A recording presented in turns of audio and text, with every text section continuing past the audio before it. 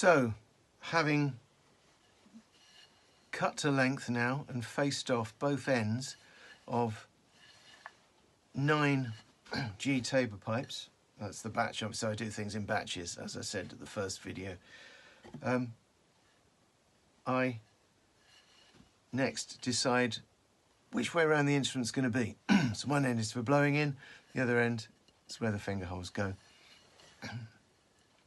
Now, I always, in fact, use the exit end as the end that I'm going to blow.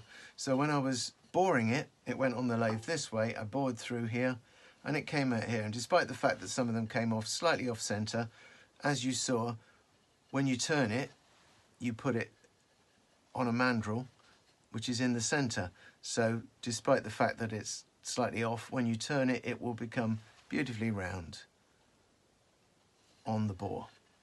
So it doesn't matter. But where the cutter comes out, where the gun drill comes out, I find that the diameter there, the exit diameter, internal diameter, is more accurate, close to the where you start putting it in, because here you might get a slight bit of judder from your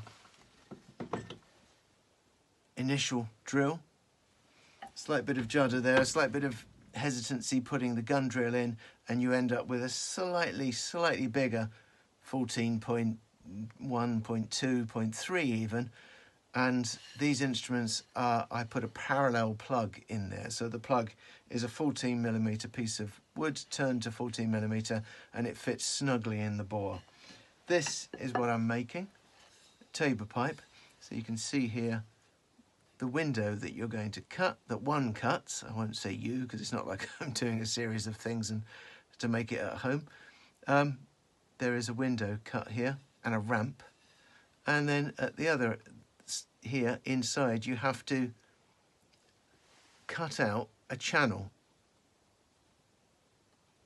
the windway that you're going to blow in, which is going to direct the air down here to hit this fipple edge, this little edge on here at the end of the ramp.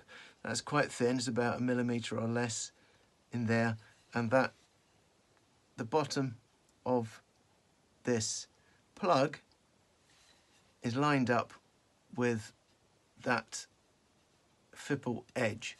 So the air goes through, hits it, and it disturbs the air to go in and out, which creates the sound when you blow in it, and the finger holes give you obviously the tune. So what I want to do is I'm going to cut this by hand with a cutter, and I tend to have it clamped on the bench, and I cut on the push. So my taking wood out cuts on the push. So I want the grain to be the right way so that I'm not fighting against the grain. So if you imagine the grain is coming like this inside, you'd be pushing against it, so you want the grain to go in that way. So when you're pushing, you're not fighting against the grain. So what I've found that works is if you take some kind of a blade, so I use a spoke shave, and you take your end and you find the ladder,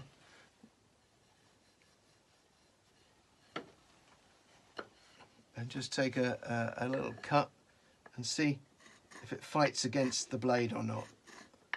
That seems not too bad.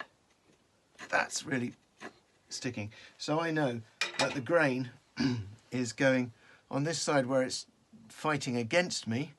The grain is actually coming up to meet the blade cutting on the outside. So it means on the inside, it's not going to be fighting against the cutter. So I want to put my windway on this side, so the front of the instrument is going to be this side, at this end.